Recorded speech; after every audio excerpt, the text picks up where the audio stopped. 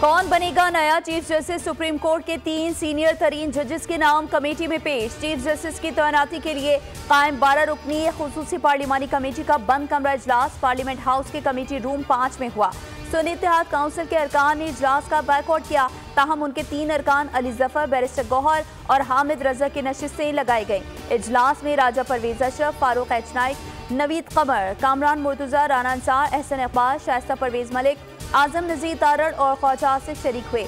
आजम नजीर Tarar media से गुफ्तगू में बोले, कमेटी ने 2/3 अक्सरियत से फैसला करना है। तहरीक इंसाफ वालों को मनाने की कोशिश की जाएगी। कमेटी का दूसरा सेशन 8:30 बजे होगा।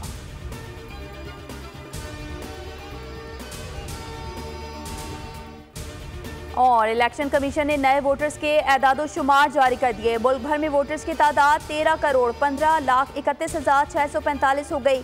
मर्द वोटर्स की तादाद 7,07,18,723 हो गई। खवातीन वोटर्स की तादाद 6,08,12,922 हो गई।